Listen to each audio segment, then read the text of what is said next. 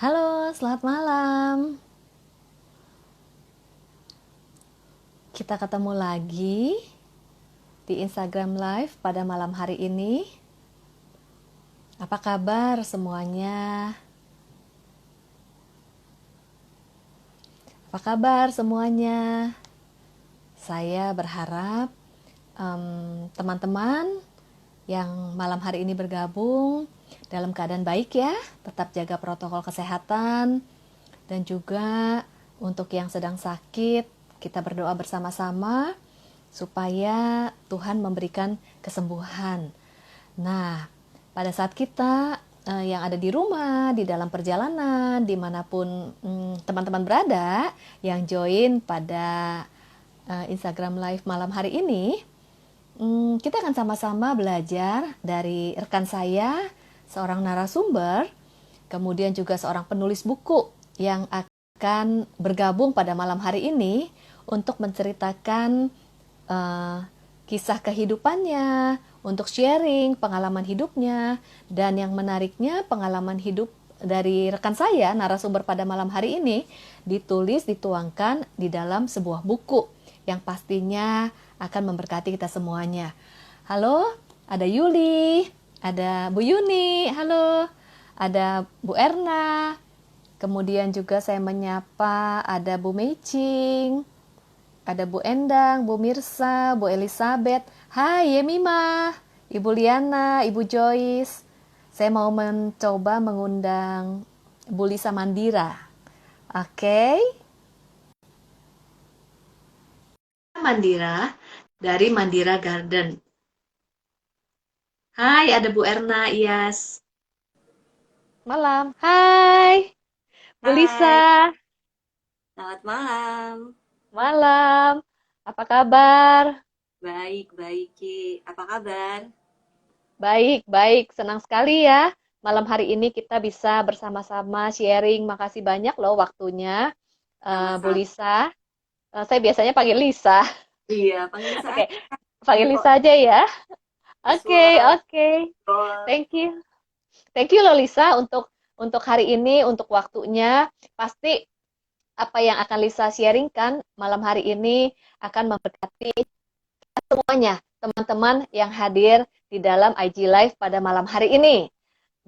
Tentunya Amin. teman-teman tuh pengen tahu banget sih siapa narasumber kita pada malam hari ini dan siapa Lisa Mandira. Saya memanggilnya Lisa. Dan juga kalau teman-teman bisa lihat di Instagram, kemudian kalau boleh ketik Mandira Garden, wow, bisa lihat tamannya, gardensnya, dan itu juga menjadi banyak dipakai loh menjadi apa ya tempat untuk foto-foto yang teman-teman saya yang lain juga suka banget foto di sana. Belum juga makanannya yang sehat dan sebagainya.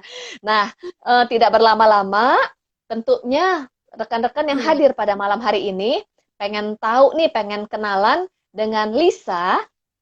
Siapa sih Lisa dan latar belakangnya, backgroundnya? Mungkin boleh Lisa memperkenalkan diri. Oke, Silakan Lisa. Iya. eh, pertama saya mau menyalami teman-teman semua dimanapun berada. Salam kenal, saya dengan Lisa Mandira. Saya founder dari Mandira's Garden. Kalau saya ditanya, eh, saya lebih suka dipanggil apa? Latar belakang saya lebih suka dipanggil petani ya. Petani, tapi saya juga adalah Yes. counselor dan juga writer. Writer itu juga baru ya, baru. Karena saya pikir jika kita hanya menyimpan semuanya di kepala, tidak kita tuangkan ke dalam buku, itu sangat sayang sekali gitu loh. Karena kalau kita nuangkan ke buku, dimanapun siapapun berada, itu bisa eh, dijangkau lewat buku. Mungkin seperti itu. Ya, Lisa ini founder dari Mandira Garden. Kemudian rekan di dalam pelayanan, salah satu pelayanannya adalah counseling, kemudian juga menjadi narasumber di dalam seminar. Dan yang menarik spesialnya malam hari ini, Lisa akan men-sharingkan mengenai isi dari buku yang Lisa tulis loh. Jadi Lisa ini adalah seorang penulis buku. Yes. Aduh, saya suka banget dengan bukunya. Dan buku ini based on true story. Lalu juga menceritakan pengalaman-pengalaman bagaimana pengalaman-pengalaman yang mungkin menjadi luka di dalam kehidupan Lisa, menjadi trauma, lalu bagaimana mengalami pemulihan, dan juga bahkan saya juga sampai tertarik dan terinspirasi untuk bisa menuangkan pengalaman hidup ke dalam sebuah buku. Dan tentunya ini pasti akan memberkati teman-teman yang membaca buku ini. Nah, Iya. mungkin saya mau tanya nih, Lisa, apa sih kegiatan Lisa sampai saat ini? Dan juga boleh nggak ceritakan latar belakang sampai menulis buku yang berjudul Sebatang Kara? Oke, pasti teman-teman Boleh, pengen mendengar langsung dari Lisa. boleh banget. Seneng banget ya bisa sharing bersama teman-teman. Apalagi sekarang online ya tidak membatasi dimanapun kita berada ya. Lebih Betul, gampang gitu dan nggak ada ruang atau batasan. betul. Kegiatan saat ini saya lagi menulis buku kedua. Ya nanti Wow, menulis buku kedua. Terus ya sedang dalam proses. Dan latar belakang saya menuliskan buku ini, buku Sebatang Kara. Pertama, kita pandemi ini udah hampir 3 tahun ya. Dan itu jelas tidak mudah. Dan kebetulan profesi saya juga seorang counselor. Jadi saya mulai mungkin selama pandemi lebih sering ke remaja ya. Ke remaja hmm, dan ternyata tidak mudah para remaja itu menjalani masa-masa pandeminya di dalam rumah dengan segala macam problemanya. Nah, apa yang membuat saya timbul ide menulis? Setiap pengalaman orang kan unik ya, dan kita nggak bisa betul. mengeneralisir setiap pengalaman. Jadi apa yang saya miliki, saya tinggal tinggal kolaborasi aja dengan edukasi yang saya miliki. Makanya dengan profesi saya, diharapkan saya bisa menolong orang ya mengenali, agar orang-orang tuh bisa mengenali dirinya lebih dini. Jadi jangan sampai ke counselor atau ke praktisi atau psikolog atau Hmm. psikiater tuh udah stadium 4 gitu loh. Jadi dengan kita belajar mengenali, mungkin itu akan membantu kita secara pribadi ya. Mungkin seperti itu. Wah, menarik sekali. eh, Menulis buku, menuangkan di dalam buku dengan tujuan untuk bisa menolong pribadi-pribadi. Apa yang ditolong? Yaitu mengenali diri. Ini menarik banget, mengenali diri lebih lagi. Bahkan tadi ada kalimat loh, selain mengenali, lalu juga kita perlu aware sebelum kita sampai ke stadium lanjut. Dan Betul. tujuannya mengenali diri itu adalah supaya kita tuh mungkin pulih kah atau memproses diri sebelum stadium lanjut, kita bisa berproses untuk diri sendiri. Maksudnya gitu ya, Lisa ya? Betul, betul. Jadi Oke. Mm-mm. gini, kalau kita tidak mengenali diri, maka kita akan sulit ya memahami hal-hal yang lain. Oke. Nah, namanya contohnya kalau kita punya masalah, masalah satu Mm-mm. kalau kita nggak beresin kan menumpuk ya lama-lama ya, Betul, apalagi sampai betul. tahun sampai tahunan, dan itu tidak baik bagi kesehatan, bukan hanya kesehatan fisik tapi juga kesehatan mental, mungkin Oke, seperti jadi itu. masalah itu atau hal-hal yang terjadi dalam hidup kita sebenarnya alangkah baiknya untuk dikenali dan ditemukan sejak dini. Betul, Jangan sampai menumpuk, karena kalau betul. menumpuk itu tidak baik, bisa nggak baik untuk kesehatan fisik maupun kesehatan mental gitu ya, Lisa ya. Yang mau Ya. saya tanyakan nih, pasti teman-teman juga kepengen tahu banget loh.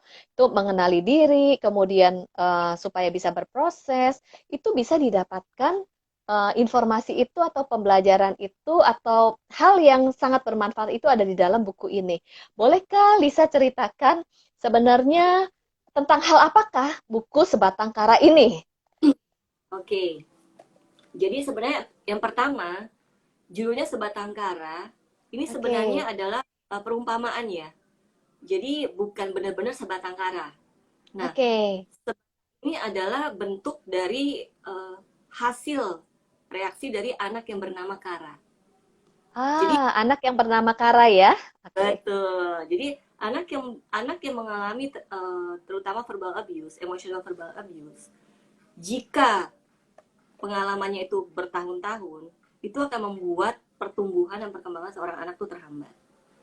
Jadi ini sebagai apa istilahnya ya, ya perumpamaan lah ya, sebatang kara. Dimana sebatang itu kan seperti kayu ya, gelondongan Iya, kayu gitu loh, gelondongan kayu. iya. Nah seorang anak yang terlalu sering dicaci maki atau terlalu sering yang dikata-katain hal-hal yang tidak baik, itu lambat laun mereka akan seperti freeze, kayak Oke. slow, kayak nggak connect gitu loh, kayak menyimpan banyak Mm, hal yang kita juga kadang nggak ngerti gitu, mungkin seperti mm, itu. mm, Jadi itu dari judulnya. Dan buku ini sendiri adalah mengenai emotional verbal abuse, yaitu cerita mengenai seorang anak yang bernama Kara yang adalah saya pribadi. Buku ini 70% based on true story dan 30% itu edukasi. Wah. Anak yang mengalami kekerasan tentunya akan terhambat ya, baik dari Mm, mm, sisi perkembangan fisik maupun emosional.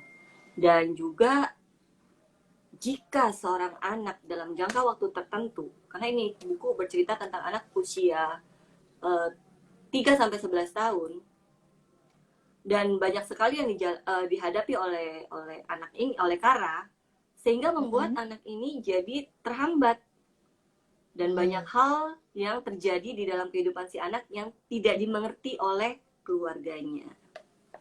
Oke, oke. Ceritanya buku ini adalah menuliskan kisah seseorang yang bernama Kara. Perumpamaan kisah hidup seseorang anak yang bernama Kara. Lalu Kara ini mengalami emotionally verbal abuse. Dan saat mengalami pengalaman abuse tersebut, kemudian ada hal-hal di dalam hidupnya yang terhambat, bahkan itu tidak disadari oleh keluarganya. Saya tuh menarik banget emotionally verbal abuse itu dulu ya, saya tuh kalau mendengar kata abuse, saya berpikir abuse itu adalah tindakan-tindakan yang melukai, terus udah gitu membuat seseorang tuh jadinya tuh dengan tindakan fisik. Ya, Ternyata ada yang dinamakan emotionally verbal abuse. Bolehkah mungkin Lisa ceritakan? Kita juga pengen tahu sih emotionally verbal abuse itu seperti apa? ya, Jangan-jangan saya juga mengalami tapi saya nggak sadar, kemudian ada ya, dampaknya sampai sekarang, dan jangan-jangan saya kan sebagai mama nih, sebagai orang tua, ya. tanpa sadar saya melakukan kepada anak saya yang masih kecil gitu. Mungkin boleh diceritakan Iya. tentang emotionally verbal abuse itu seperti apa dan contoh-contohnya. Ya. Oke, jadi memang saya pun nggak sadar. Saya nggak sadar itu Hmm. sampai saya memiliki keluarga. Berarti jauh banget Oke. ya, Oh, wow. rentak Waktu kecil nggak sadar, terus sadarnya ya, setelah menikah. Oke, betul. oke, oke. Jadi Lalu? enaknya kesadaran itu tuh ternyata tuh tidak tiba-tiba dia sadar. Dan Mm-mm. ketika saya mengalami namanya emotional verbal abuse, saya tidak tahu kalau itu adalah emotional verbal abuse. Oke, Nah, oke. kapan saya kapan saya sadar itu emotional verbal abuse? Pertama, mungkin saya memiliki gejala-gejala yang saya pikir is okay. Jadi saya Hmm. mengabaikan tuh perasaan saya, emosi saya. Contohnya, saya suka khawatir, saya suka Oke. suka nggak pede, Oke. saya suka keringet dingin. Kalau dari gejala fisiknya saya suka keringet dingin gitu. Tangan tuh suka Mhm, basah. Terus mhm, apa istilahnya punya rasa cemas yang nggak beralasan mhm, dan mhm, mhm, ketakutan. mhm. Jadi emotional verbal abuse adalah suatu bentuk manipulasi emosi yang Oke. dilakukan oleh seseorang lewat kata-kata, dipakai Mhm. untuk menyakiti seseorang yang dimana dapat mengakibatkan dampak yang cukup panjang Oke. dan signifikan di dalam kehidupan seseorang. Saya tidak sadar kalau saya mengalami emotional verbal abuse. Kesadaran saya ketika saya memiliki anak. Tanpa saya Mmm, mhm. sadari, saya mungkin bukan tipe yang berkata-kata kayak binatang atau apa, tidak, karena saya tidak suka seperti itu. Tapi saya tipe yang menyimpan. Mhm, mhm. Nah, jadi ada orang gini misalnya, kalau punya orang tua yang verbal, ngomongnya Mhm, kasar, anak ini mhm. tentu akan lebih kasar. Oke. Tapi ada juga orang tua yang kasar, anak ini mungkin personality atau karakternya tidak kasar, dia tidak akan berkata-kata kasar, tapi dia simpan di dalam hatinya. Oke. Tapi ada tapinya, dampaknya adalah ke fisik.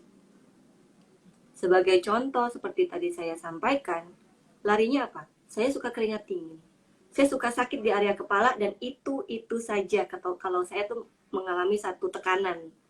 Dan saya sering sakit mah. Nah, masalahnya kan kalau Oke. duh sakit mah terus pusing ke dokter.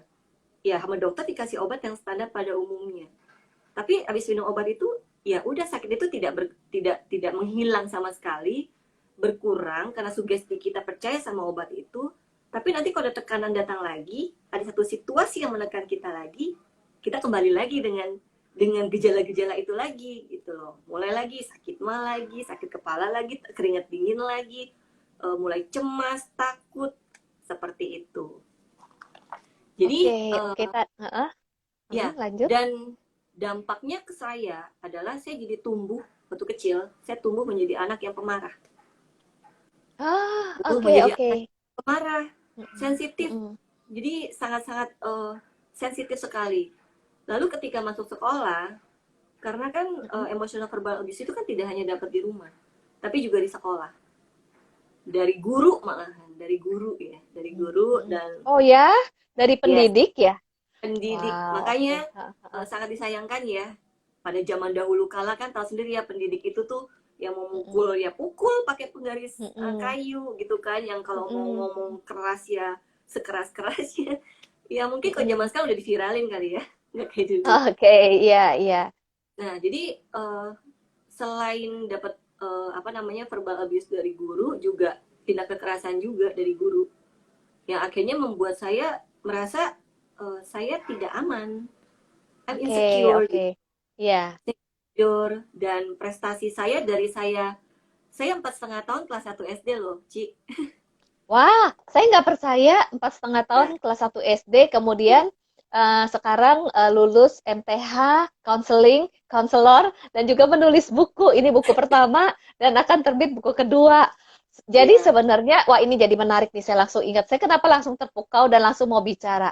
Jadi sebenarnya, tuh congrats untuk bukunya, congrats ya. Thank Jadi you. sebenarnya Lisa itu sebagai seorang anak ada potensi, ada keunikan dan ada kemampuan. Namun karena verbal abuse tersebut dan itu tanpa sadar menghambat anak mengeluarkan potensinya.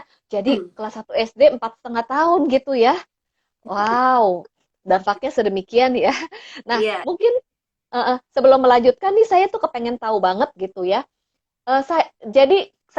Saya pribadi juga jadi waspada. Contoh verbal abuse itu seperti apa sih gitu ya? Perkataan-perkataan seperti apa?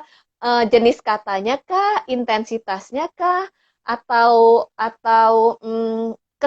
seringnya kah? Frekuensinya kah? Gitu. Gimana tuh? Mungkin contoh-contoh yang jangan-jangan kita berpikir itu adalah perkataan yang normal, tapi ternyata hmm, itu adalah bentuk abuse yang berdampak untuk menghambat perkembangan seorang anak gitu. iya. Pertama yang jelas pasti itu terjadi di dalam keluarga. Ah, oke, oke. Ya, ya. Yang kedua pasti intensitas. Intensitas ya. Berulang, iya, Mhm. berulang-ulang, berulang-ulang dan berulang-ulang. Udah kayak doktrin kalau saya bilang. Jadi kalau Oke, kita oke. Jadi kalau misalnya gini, contohnya, waktu saya kecil, saya memiliki oma yang perfeksionis. Oke. Saya memiliki opa yang mungkin dia hidup di zaman perang, jadi cukup keras, sehingga Oke. temperamen dan otoriter. Dan waktu kecil saya tinggal sama mereka, ya saya tidak bisa memilih dengan siapa saya tinggal, Mhm. tapi satu hal, apapun yang mereka lakukan kepada saya tidak bisa membenci mereka pada saat itu, karena saya tidak mengerti. Jadi saya terima, Karena kan saya kita sayang juga ya sebenarnya ya. Satu sisi betul. sayang, betul, betul. Betul. Saya telan istilahnya dalam arti kata ya apa yang mereka lakukan mereka lah satu-satunya role model di rumah itu kan. Betul, betul, Jadi betul. kita terima dengan gamblangnya seorang anak seperti spons itu diserap dengan Menyerap tanpa ada filter. perkataan-perkataan yang diucapkan ya. Betul. Jadi Dan itu misalnya gini, kayak kamu tuh bodoh banget sih gitu. mhm, Kamu mhm, dasar mhm. anak nggak tahu diuntung. Terus Oke, sampai dicaci makinya misalnya gini, soalnya kan papa saya bekerja bekerja di luar kota dan pada saat itu ya saya memang tinggal sama oma dan opa dan akhirnya nama anak kecil ya, bandel gitu kan, nggak bisa diem. Terus nama orang udah berumur sekali juga, ngejaga anak umur segitu juga PR kali ya. Cuman nggak ada pilihan pada saat itu. Oke, Dan oke. itu adalah kutukan-kutukan. Sampai saya satu statement yang saya selalu ingat adalah saya dikutuk, kamu mendingan mati aja deh daripada nyusahin. Nah, Oke, itu yang oke. nancep di dalam hati Aduh, saya saya. dengar itu saya langsung sedih loh. Mm. Bukan sedih lagi, langsung yang itu air Iya, mata iya, langsung iya. gitu. Iya, iya, iya, iya, iya, iya.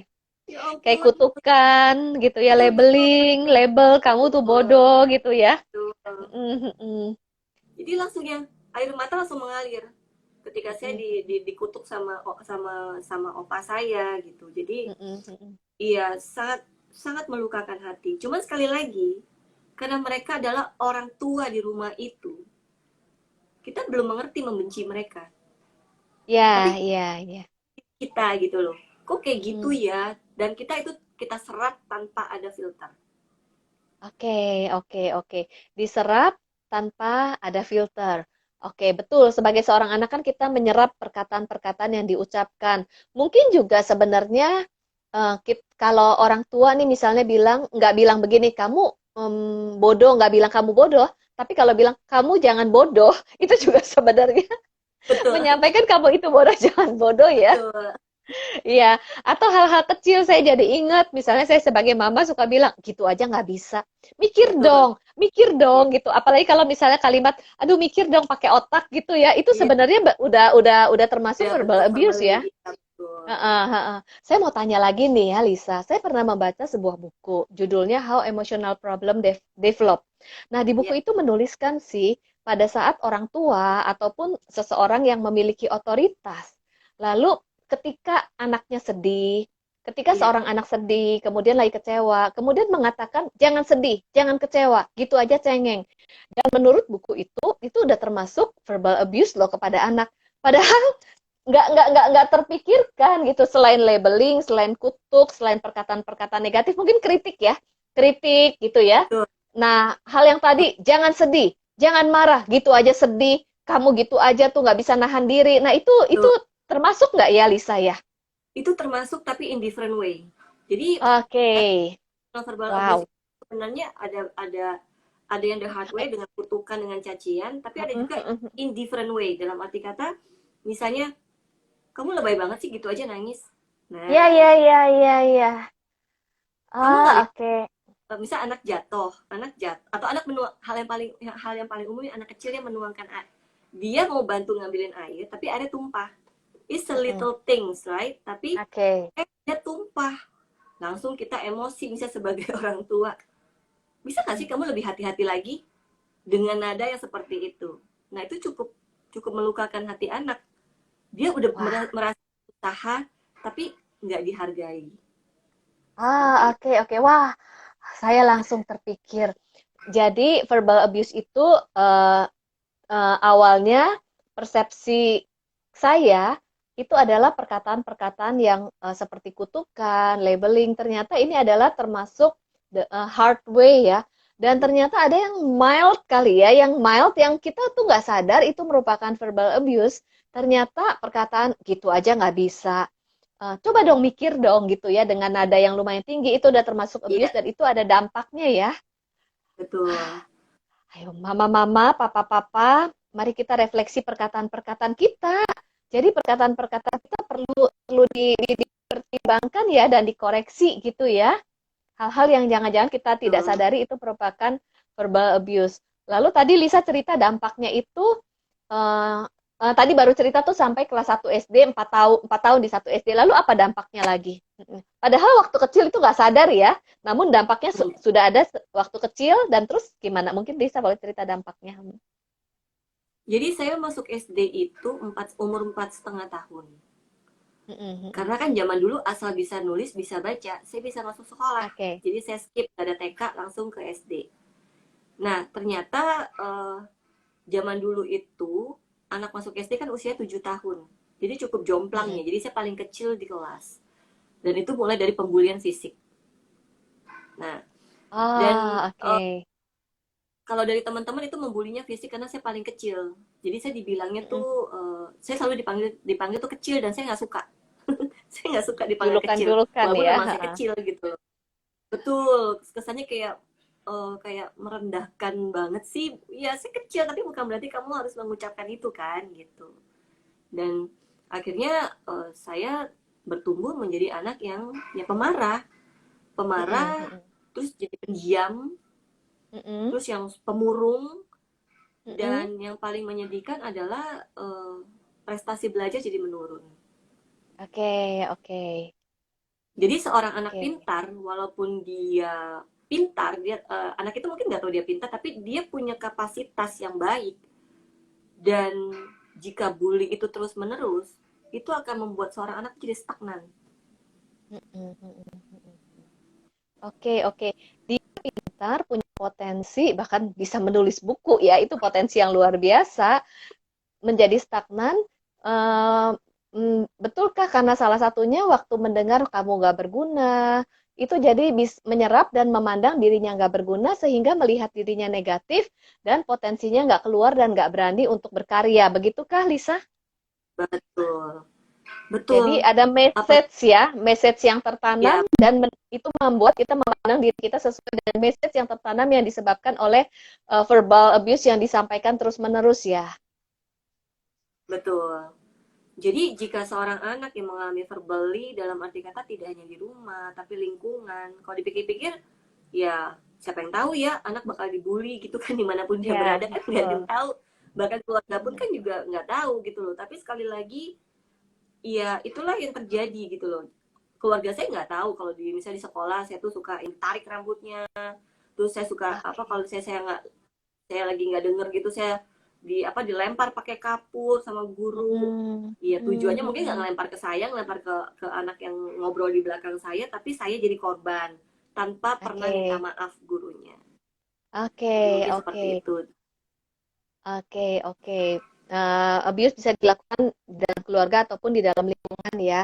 Nah, tadi sempat Iya, sharing tuh sedikit tuh mengenai dampaknya. Selain dampaknya pemarah untuk pada seorang anak waktu Lisa masih anak-anak, tadi sempat bilang bahwa di usia dewasa itu mulai menyadari suka cemas, khawatir, nggak pede, lalu juga tangannya suka berkeringat dingin, lalu suka sakit di bagian tertentu. Itu di usia dewasa ya, dampaknya terbawa sampai usia dewasa ya. betul. Jadi itu dampak yang menurut aku tuh cukup panjang ya, karena Cukup aku panjang ya. ngerasain Mm-mm. tuh kayak misalnya karena mungkin beberapa tahun awal itu SD aja saya udah ngalamin yang namanya sakit mah. Jadi kalau Ah, udah ada tekanan, udah oke. sering dikutuk-kutuk atau sering diapa sih udah mulai sakit mah gitu kan. Hmm, Udah hmm, kalau hmm, lagi diomelin sih udah mulai kayaknya mules gitu kan, kayaknya ngedengerinnya udah hmm, mules. hmm, hmm, hmm. Dan kita nggak ngerti gitu loh.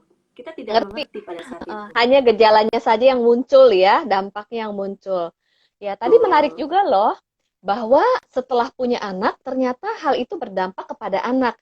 Apa dampak seorang anak yang mengalami verbal abuse di masa kecilnya, lalu terbawa sampai dewasa, lalu menikah, kemudian punya anak, apa dampaknya saat menjadi orang tua? Mungkin boleh sharing. Jadi gini, eh saya ketika saya dewasa, saya tidak tahu saya mengalami verbal abuse. Oke. Dan ketika saya menikah dan memiliki anak, saya juga masih oke. Okay. I mean, anak itu selama belum ngomong masih oke. Okay. Mm-mm, Tapi mm-mm, ketika anak itu udah mulai berbicara, ya mulai ada mm-mm, diskusi, ada mm-mm, hal-hal yang misalnya men-trigger, entah itu mm-mm. dari perkataan itu anak tidak sengaja, tapi itu bisa menjadi trigger bagi kita sebagai orang tua yang pernah mengalami verbal abuse. Nada kita juga jadi tinggi, gitu. Oke, Nada kita juga oke, kita bisa kayak out of control dari oke. emosi, dari perkataan. Mungkin kita tidak mengutuk, mungkin kita tidak Mm-mm, mengutuk. Seperti tadi yang the mild way, kita mm-mm. ngomongnya cukup sarkastik tapi in different way. Nah, itu bisa Ya. terjadi. Ya, ya, ya. Menarik, menarik, menarik. Em, kita nggak sadar kita mengalami verbal abuse. Lalu pada saat kita mungkin menikah dengan pasangan, lalu kita punya anak, dan dampaknya itu mempengaruhi relasi. Salah satunya adalah itu kan verbal abuse yang kita dengar waktu kecil. Artinya saat kita mendengar nada tertentu, perkataan tertentu, kita tuh nggak suka kan waktu kita masa kecil ya. betul. Lalu pada saat kita sudah menikah atau kita menjadi orang tua, kita mendengar dari pasangan kita dan dari anak kita sebuah perkataan, entah perkataannya itu bisa sama atau tidak, intinya sebuah perkataan atau dengan intensitas tertentu, dengan nada tertentu. Nah, itu membuat Lisa tadi ya sempat sharing, jadi tertrigger ya, terpicu dan mulai Tertrigger, overreaction ya. Jadi out of betul. control, tidak mau berespon yang seperti itu, tapi itu sulit untuk mengatasinya. Nah, di sini mulai berpikir kenapa ya saya seperti itu ya. Jadi kalau ada trigger itu bisa muncul Betul, ya. Mm, mm, mm, mm. iya. Dan yang bisa membuat kita bisa punya kemarahan yang meluap-luap itu bukan Mm-mm. dari orang jauh, justru orang dekat. Hmm, ya, ya, ya, menarik, menarik, menarik. Saya garis bawahi. Biasa yang menjadi pemicu membuat kita tuh out of control, ternyata bukan orang luar, orang dekat. Ya, kayak kita mau punya musuh, dia mau ngomong apapun, kita bisa memiliki boundaries, gue nggak peduli gitu loh. Mm-mm, Tapi mm-mm, ketika mm-mm, orang yang kita sayang, orang yang kita kenal, orang yang kita mm-mm. kasihi, ngomong hal yang kira-kira tanpa dia sadari terceplos sesuatu, itu bisa langsung yang tensinya naik. Oke, oke. Betul banget ya, betul banget. Sehingga kalau saya mendengar pernyataan Lisa tadi, kalau kita sebenarnya ada luka atau trauma masa lalu yang belum pulih, yang sangat terkena dampaknya itu adalah justru orang terdekat yang tanpa sadar tuh kita saling Orang melukai dengan orang terdekat ya, bukan orang yang jauh ya, dan jadi saling menyakiti. Itu betul. dan satu lagi juga tadi saya mau menggarisbawahi bahwa kalau seandainya ada pattern atau pola di dalam relasi, di dalam reaksi kita, ada pola, ada pattern tertentu yang berulang-ulang, mudah terpicu, itu sebenarnya menjadi sebuah indikator. Mungkin Betul. ada trauma yang terjadi di masa lalu yang perlu diproses. Seperti tadi, Lisa nggak sadar mengalami verbal abuse, kemudian bertahun-tahun kejadian di masa kecil, lalu pada saat menikah juga nggak sadar, lalu kemudian ternyata reaksi-reaksi itu yang membuka kesadaran, wow, ada apakah ini? Dan kita perlu menelusuri, ada pengalaman yang dulu di masa kecil usia 3 tahun lebih gitu ya, dan Iya. itu perlu diproses. Kalau nggak diproses, tersimpan. Dan dampaknya sampai hari ini. Betul ya, Lisa ya? Betul, betul. Jadi kita nggak tiba-tiba ya bisa mengenali apa trauma kita. Itu Oke, nggak oke. seperti Nah, ini menarik nih. Gimana nih? Ya, mulai mengenalinya seperti ya. apa, lalu sampai akhirnya bisa terkait nih, terkoneksi dengan, oh ternyata saya tuh mengalami verbal abuse, gitu. Ada benang merahnya, gimana nih prosesnya? Kita pengen tahu banget. Nah, jadi gini, trauma itu tidak tiba-tiba, oh saya tahu saya trauma tuh enggak seperti itu. Oke. Tapi ketika dalam satu situasi ada tekanan dan kita bereaksi, keluarlah bom atom kita, Taringnya, taringnya ya. ya, tanduk, ada Tanduk-tanduk tanduk bener. panjang dari udah keluar tanduk kita, terus kita jadi yang eh, mundur gitu loh, menarik diri dan kita langsung berpikir, loh kok saya bisa kayak gitu ya? Saya nggak suka jadi orang kayak gitu, kenapa tiba-tiba saya bisa seperti itu gitu. Dan ada ketakutan, kenapa saya jadi seserem itu ya? Saya nggak Oke. suka dengan saya yang itu gitu. Dan saya nggak mau kayak gitu. Nah, ada penyesalan di dalam setiap perilaku kita. Dan dari situ mulai apa? Mulai terpikir untuk apa? Mencari bantuan. Saya nggak suka dengan emosi saya yang meledak-ledak kalau misalnya ada trigger gitu loh. Itu saya nggak suka. Dan itu tidak terjadi sekali dua kali ya. Tapi pasti terjadi berkali-kali akhirnya membuat kita nggak nyaman dengan situasi itu. Nah, Oke. itu ada awareness-nya. Misalnya ya kita udah nggak suka, jangan dipaksain. Jadi kita harus justru mencari tahu antara satu sisi kita nggak suka dengan sikap kita, tapi kalau kita terus melakukan ya sama juga bohong ya. Tapi kalau gue nggak suka dengan sikap itu, tapi gimana caranya saya bisa membenahi diri gitu loh. Saya ingin menjadi ibu yang lebih baik, saya ingin menjadi seorang istri yang lebih baik, Saya ingin menjadi teman bagi anak saya, bagi suami saya lebih baik. Kalau saya seperti bom atom, ketawa langsung meledak, siapa yang mau deket-deket saya gitu. Ya, Mungkin lebih ya, ya. seperti itu. Oke, oke. Jadi penting banget kita tuh istilahnya apa ya? Mengenali diri seperti yang tadi Lisa sempat sampaikan tujuan buku ini adalah untuk kita mengenali diri supaya kita Gitu. bisa ditolong. Cara mengenali diri itu adalah temukan pola-pola yang membuat kita bereaksi yang sebenarnya kita tidak mau lakukan itu, tapi itu menjadi out of control. Pada saat itu terjadi kita menyesal, kita tuh kesel lagi dan itu berulang-ulang. Nah, pada saat terjadi seperti itu, ada orang yang cuek aja, ada orang yang akhirnya membiarkan itu menjadi kebiasaan, atau ada Ya, orang yang tak berdaya. Tapi Lisa tadi sempat sharing bahwa kalau kita mengalami hal itu, ambil tindakan untuk membenahi diri, karena tentunya bisa dibenahi ya. Dan ini bisa penting banget dibenahi sebelum, betul, tadi sempat bilang sebelum stadium lanjut gitu ya. betul, betul. Jadi, Oke, oke. Lalu gimana tuh setelah setelah mulai aware, kemudian punya kerinduan untuk membenahi diri. Nah, apa yang dilakukan untuk pembenahan itu? Membenahi diri tanda kutip ya. Apa yang Lisa iya. lakukan seterusnya? Mencari Nah, sebelum pertolongan atau apa gitu? sebelum membenahi kan pasti kita harus mengenali dulu ya. Apalagi itu terjadi berkali-kali dan kita tidak nyaman dengan situasi itu. Mm-mm. Nah, jadi kita mengenali misalnya gini, ada 4 gejala ya. 4 gejala di Oke. dalam kehidupan kita nih. Itu Mm-mm. adalah dampak-dampak dari trauma. Pertama, gejala fisik kita dulu. Ketika Mm-mm. kita Mm-mm. mengalami itu, kita kita nyaman nggak sih? Kayak tadi saya bilang, saya keringet dingin, terus saya Mm-mm. tuh sering kelelahan. Saya tuh nyaman nggak sih dengan situasi itu? Terus Oke. pada tubuh tertentu saya suka sakit mas, saya suka sakit kepala. Mm-mm. Saya nyaman Mm-mm. nggak di situ? Mm-mm. Nah, terus kalau yang kedua adalah gejala pikiran. Oke. Gejala pikiran, saya tuh suka cemas. Baru dengar berita apa dikit, aduh cemasnya udah kayak orang yang lagi tsunami atau apa. Jadi tingkat Oke. kecemasannya itu berbeda dengan orang-orang yang tidak pernah, mungkin lebih tidak pernah mengalami trauma ya. Itu Ya, tingkatnya agak ya. berbeda dengan orang yang pernah trauma. Trauma itu rada curigaan, rada yang Mm-mm. overthinking, terus mudah panik, Mm-mm. mudah Mm-mm. khawatir. Nah, itu gejala pikirannya.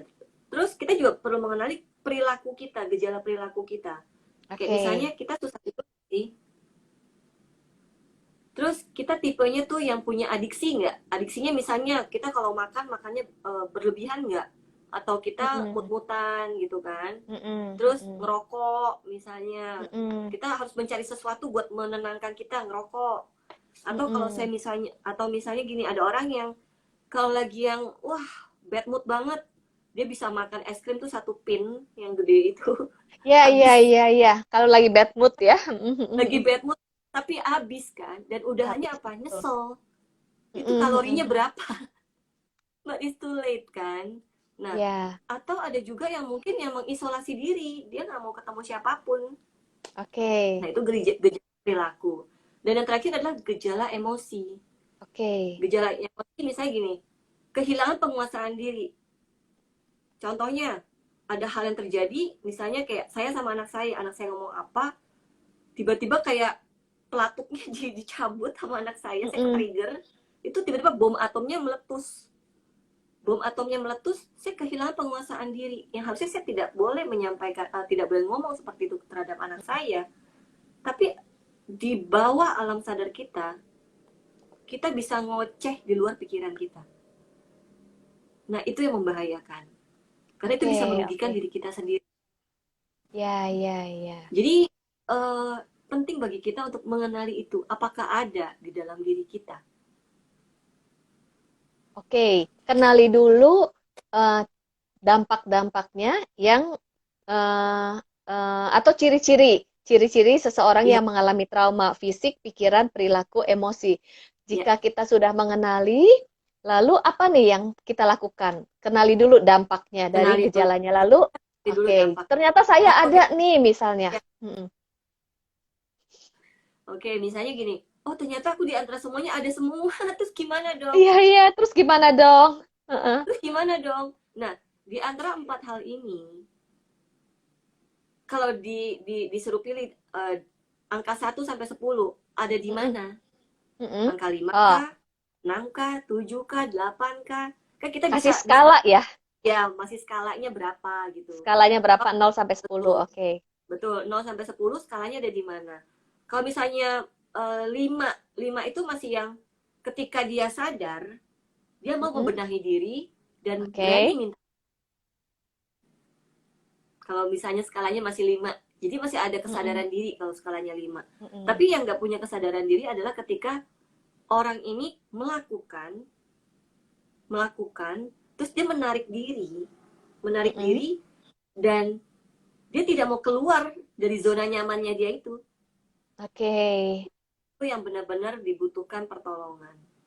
Hmm. Butuh Oh, self, oke. Butuh self awareness ya.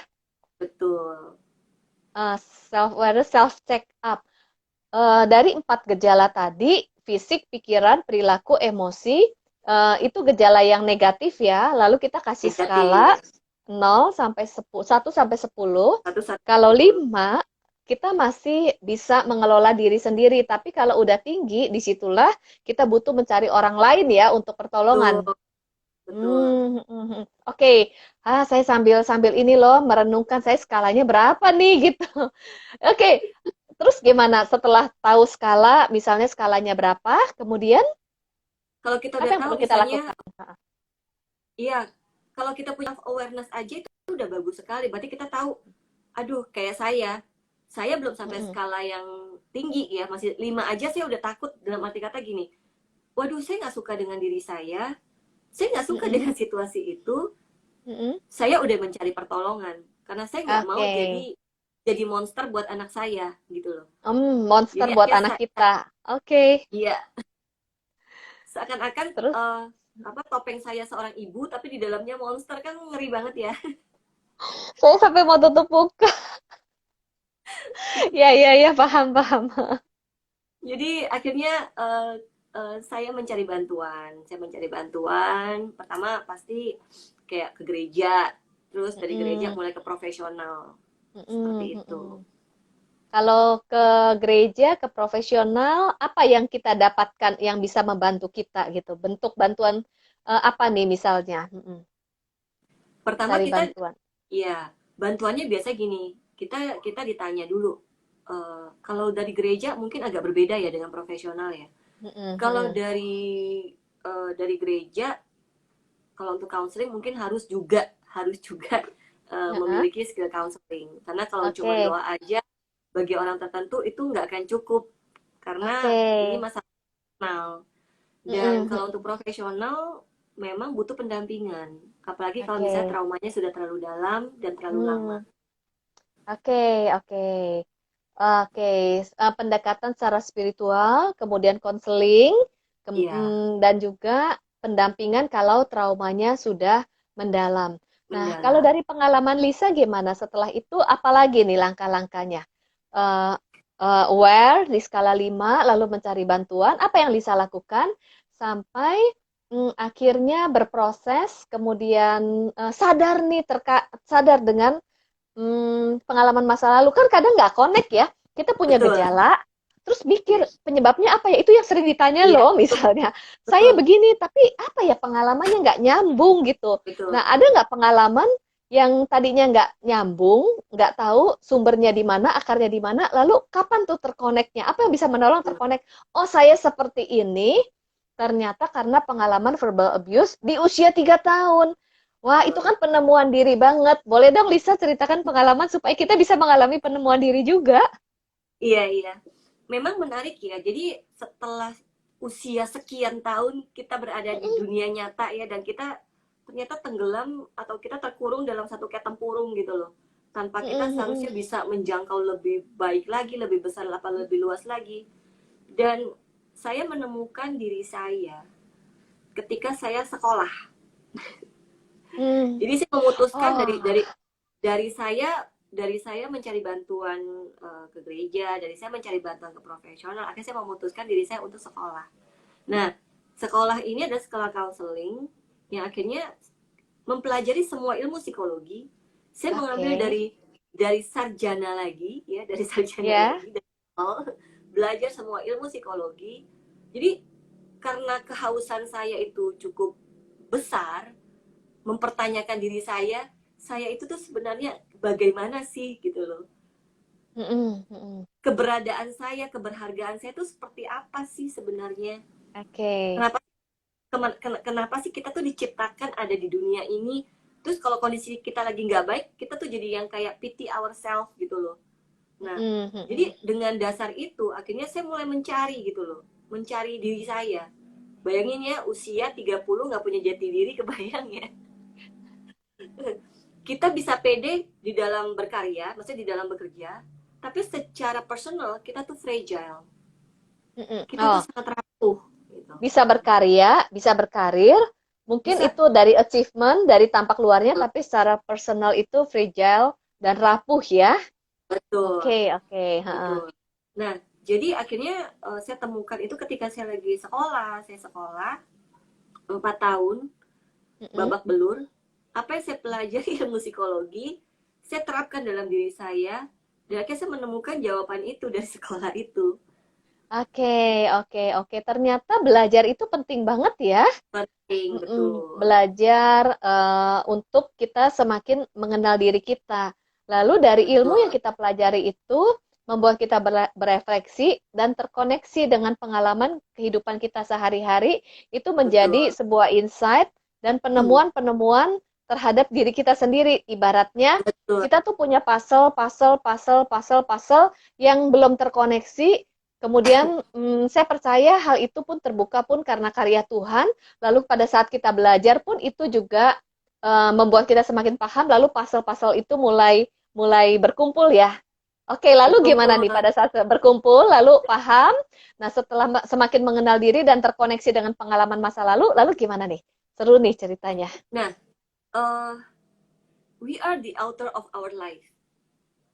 Kita Oh, adalah penulis wow. buku Kita kehidupan. penulis dari diri kita Ya, sendiri ya, kehidupan diri kita sendiri. betul. Setelah ketemu Setelah puzzle-nya ketemu, dan paham diri, betul, oke, lalu? betul. Di situ jadi kita belajar ya.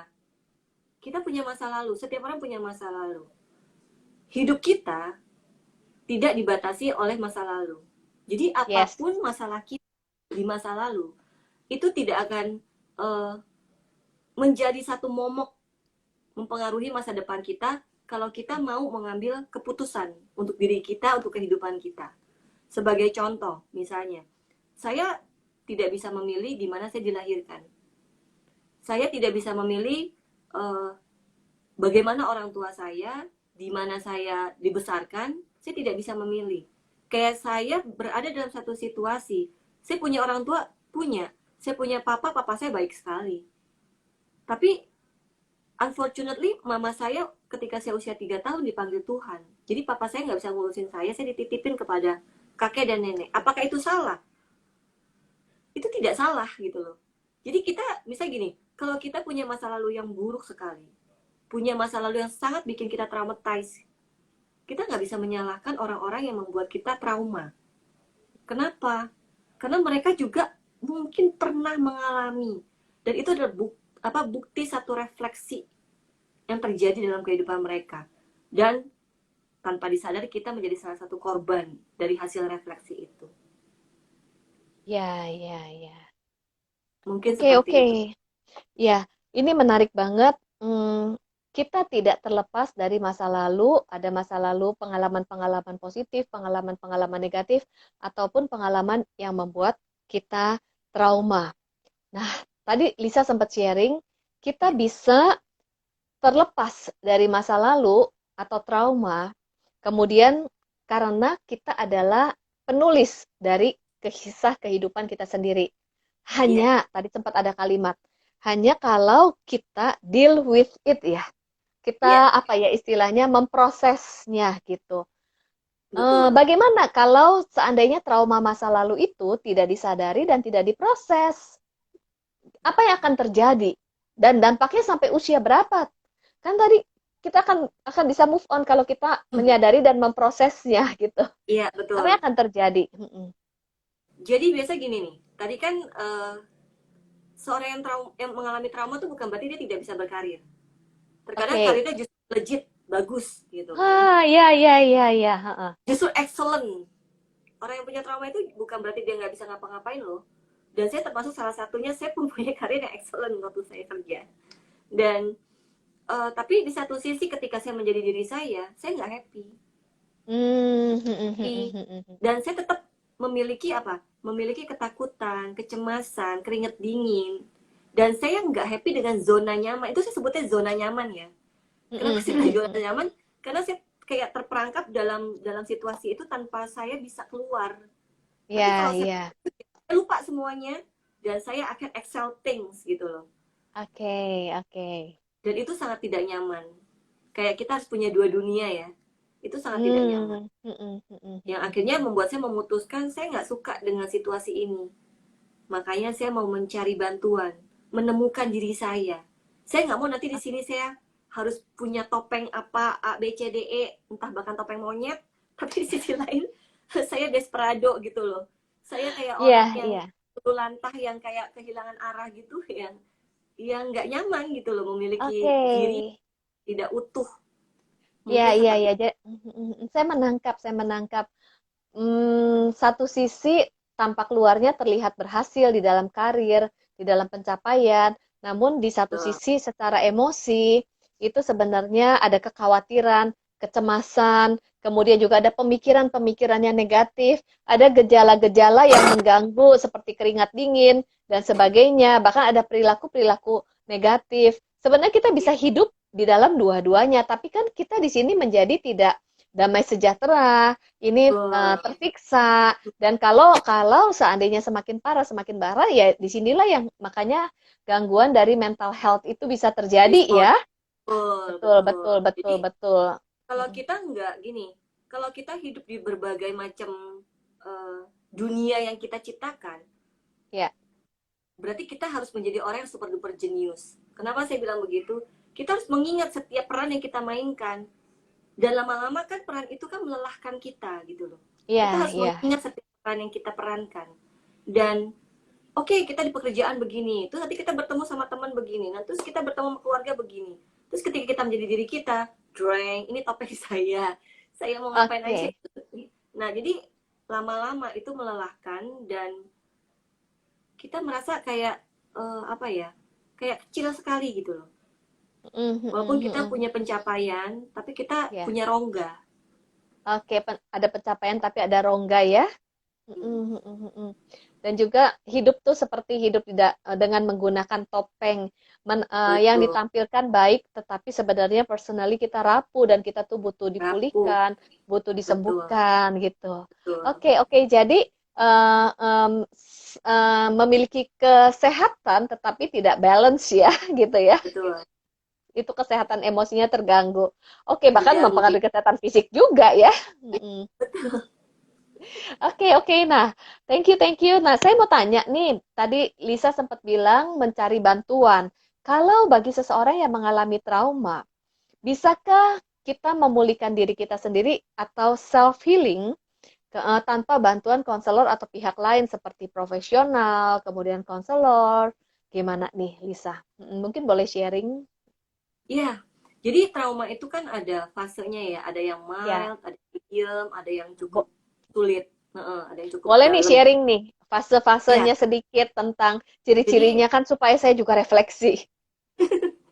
jadi misalnya gini, kalau misalnya ada hal-hal yang membuat kita gini, sebenarnya yang membuat kita trauma kita bisa jadi dalam apa enggak tuh tergantung karakter kita juga sih. Kita dilahirkan, diciptakan Tuhan, memiliki kepribadian, memiliki karakter, itu tentu akan menentukan bagaimana kita bereaksi di dalam satu situasi gitu loh. Nah, kebetulan saya mungkin tipenya yang medium ya. Medium dalam arti kata, waktu kecil, kalau di buku ini saya bercerita, ada self-healingnya. Jadi tidak setiap saya dicaci maki atau dikutuk, saya langsung yang lulu lantah, enggak, ada self-healingnya. Jadi sebenarnya setiap ada kejadian, saya self-healing. Ada kejadian, saya self-healing. Tapi kan ada, enggak, maksudnya self-healing itu kan tidak keseluruhan ya, tidak 100% gitu loh. Dan kalau kayak vitamin, dia hanya membantu menyembuhkan sel-sel yang rusak yang tertentu aja, tidak Oke. keseluruhan. Nah, di buku ini karena saya anak kampung ya, saya lahir di kampung. self healing saya ketika saya kecil, saya perginya ke alam. Oke, oke. Saya menemukan diri saya di alam. Itu cara saya menyembuhkan diri saya. Saya bisa yang nangis, teriak sama alam misalnya, kenapa aku kayak gini gitu kan? Aku Mm-mm. benci diriku. Itu kan di padang rumput luas begitu kan. Dan saya bisa teriak di situ. Nanti udah selesai nangis-nangisan, udah selesai puas dengan emosinya, udah reda, saya pulang ke rumah. Kayak nggak ada apa-apa gitu kan. Nah, itu Oke. bentuk salah satu self healing buat diri saya ya, yang dibantu oleh alam. Oke, oke, oke. Kalau saya mendengar cerita dari Lisa, artinya sebenarnya pada saat kita berproses untuk pemulihan, nah ini yang pertanyaan judulnya. Oke, sebentar lagi nih akan diinfokan tentang buku. Pada saat kita berproses untuk pemulihan itu bukan dengan satu-satunya cara saja gitu. Betul. Ada pengalaman-pengalaman tertentu, kita tuh bisa berproses dengan melakukan self healing. Mekanisme untuk menyelesaikan masalah atau bagaimana coping terhadap Iya, pengalaman negatif itu kita perlu temukan masing-masing saat kita masing-masing. mengalami stres, ya mengalami pengalaman negatif, berproses seperti tadi Lisa kan di alam bisa berteriak, itu adalah sebagai bentuk self healing ya. Kita perlu Betul, menemukan hal tersebut yang mana yang betul, bisa berguna dan menolong diri kita. Namun betul. kita juga perlu support system ya, perlu teman untuk Iya, sharing, teman untuk bercerita. Itu yang tadi dikatakan tadi tuh butuh cari bantuan. Lalu bantuan. untuk case-case tertentu, tadi kan trauma ada yang mild, kemudian ada yang mungkin cukup istilahnya hard ya. Nah, disinilah kita butuh bantuan orang lain yang profesional. Jadi Betul. salah satunya juga tadi juga Lisa sempat sharing, belajar itu juga sebenarnya termasuk self healing ya. Self healing betul. Ya, iya. Jadi sebenarnya ada berbagai cara dan kita perlu menemukan apa ya istilahnya tips-tips yang Sesuai, memang sesuai dengan sesuai kepribadian dengan kita. kita. Iya, tiap orang beda ya. Nah, Betul. tadi Lisa cerita sebenarnya itu adalah yang Lisa cerita itu sebenarnya adalah sebagian dari isi buku ini loh. Dan isi buku ini membahas tentang verbal abuse, tentang trauma, terus tentang Iya, bagaimana mengalami memproses untuk mengalami pemulihan, baik self betul. healing, lalu belajar apa saja yang dipelajari, kemudian bagaimana mencari bantuan profesional dan ini semua adalah berdasarkan kisah dari true story ya dari kehidupan Lisa dari pengalaman hidupnya dan akhirnya sampai bisa menulis buku ini. Jadi, teman-teman, rekan-rekan yang hadir pada malam hari ini, pembicaraan kita ini sebagian kecil dari isi buku ini. Dan kalau ingin apa ya istilahnya memperoleh cerita lengkapnya, kemudian juga langkah-langkahnya dari mendengar pengalaman Lisa bisa mendapatkan buku ini di mana nih ya Lisa? Mungkin boleh sharing. Buku ini Nah, berjudul Sebatang Kara, ditulis iya. oleh Lisa Mandira. Nah, Silakan berikan buku informasi ya. iya, terima kasih. Nah, buku ini bercerita tentang sebatang kara. Judulnya Sebatang Kara. Buku ini hanya bisa didapatkan, bisa DM ke IG Mandiras Garden. Oke, Jadi, follow Instagram follow Mandiras Instagram. Garden. Ya, Nah, follow jadi Instagram Mandiras Garden. Yes. semuanya huruf kecil, Mandiras Garden. Nanti bisa japri ke situ, nah bisa pesan buku lewat situ karena kita tidak jual di tempat lain. Dan Oh nggak jual di toko buku gitu ya? belum, belum. Oke, Dan ini buku pertama loh, dan lagi ya, menulis buku kedua. ya. Dan buku ini sendiri di dalamnya itu saya kolaborasi dengan seorang pelukis. Jadi buku ini berwarna dan ini semua lukisannya lukisan tentang alam yang saya pada zaman kecil itu alami.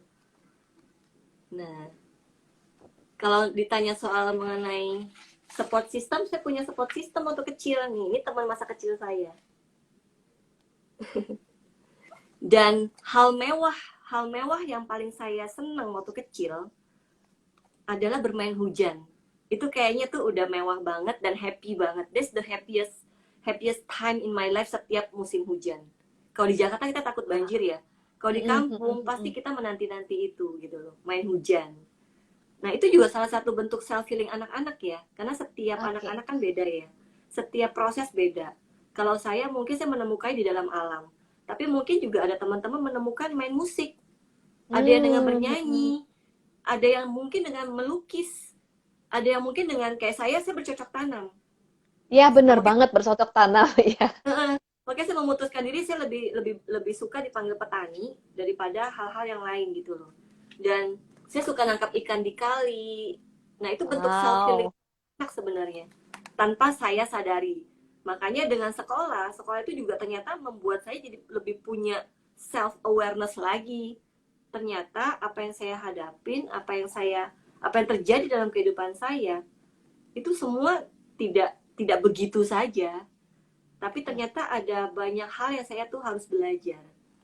Yang saya bisa ambil hikmahnya. Ah, Makanya diharap oke. dengan buku ini itu bisa membantu minimal mengenali, belum sampai memulihkan sepulih-pulihnya karena trauma itu kan macam-macam. Mengenali dulu, kalau kita bisa mengenali, diharapkan kita bisa apa? Mencari pertolongan lebih dini, seperti itu. Ya, ya, ya. Ya, tadi menarik sekali bahwa setiap pengalaman itu ada hikmahnya ya sebenarnya ya kita bisa memaknai pengalaman tersebut.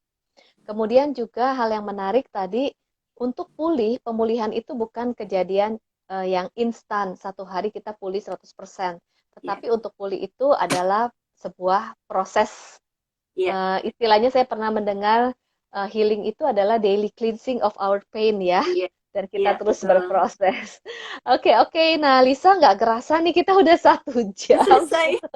Iya, kita ngobrol-ngobrol. Oh, Saya seru ya. coba wrap up dulu ya, bahwa hari ini topik kita adalah membahas tentang trauma, aku dan duniaku. Lisa tadi men-sharingkan eh, pengalaman hidup, mengalami trauma di masa kecil, usia 3 tahun, yang ternyata tidak disadari, namun dampak-dampaknya itu ada, dan dampak yang dialami dari kecil sampai dewasa, bahkan sampai menikah, itu pun belum sadar loh bahwa mengalami verbal abuse dan ada dampak trauma karena verbal abuse.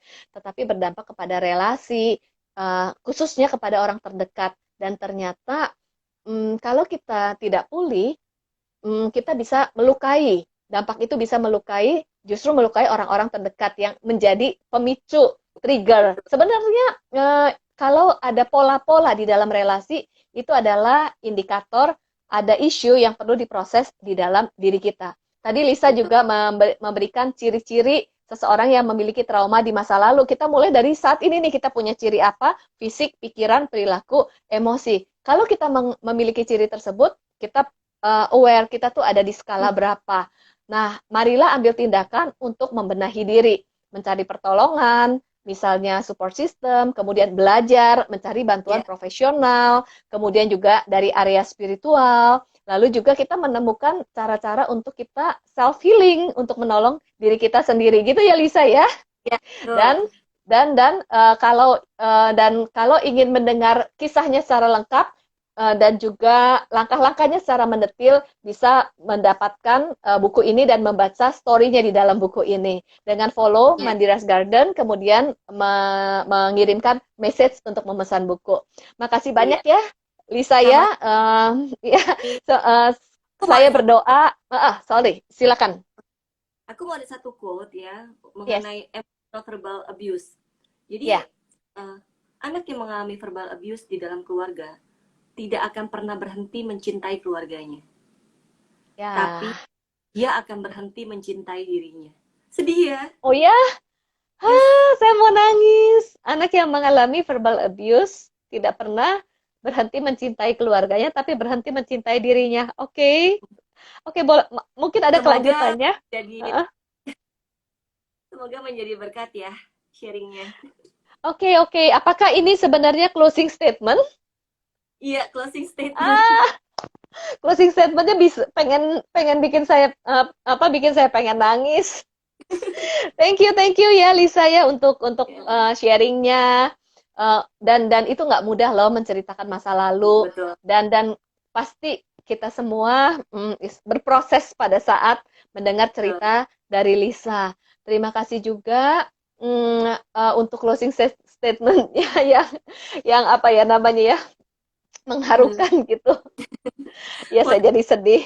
apa ya kalau setiap ingat tuh gini, eh, kita memang nggak bisa memilih ya siapapun yang ada menjadi keluarga kita. Betul Kita nggak akan betul. kita nggak akan mungkin membenci ibu kita nggak akan mungkin membenci ayah kita atau kakek nenek tempat kita tinggal, itu nggak akan mungkin. Tapi kita jadi membenci diri kita. Kita Ya, jadi ya, tidak, kita jadi merasa kita itu tidak berharga. Nah, itu yang bikin ya. kita tuh kehilangan value atas hidup kita. Kehilangan Jadi value akan semoga, hidup kita. Mm-mm. iya, semoga kita bisa lewat sharing ini kita bisa menemukan value ya, Ya. value di dalam kehidupan kita. Oke, oke, oke. Value di dalam kehidupan kita. Amin, amin. Thank you ya Lisa ya. Saya berdoa untuk Sama-sama. Tuhan terus memakai kehidupan Lisa untuk menjadi berkat, untuk Amin. menolong orang lain yang membutuhkan. Sukses selalu ya Amin. Lisa ya. Sama. Salam buat keluarga, buat anak-anak, si kembar yang lucu ya. Kemudian juga tetap berkarya, dinantikan loh buku yang kedua. Dan juga Iya. Lisa, kita mau ucapkan terima kasih kepada teman-teman dan rekan-rekan yang hadir pada Teman-teman malam hari juga. ini. Sehat selalu ya. Sampai jumpa ya. Selamat malam semuanya. Terima Selamat kasih. malam. Senang Yuk. sekali malam hari ini bergabung. Bye. Saya Ann ya. Oke, bye.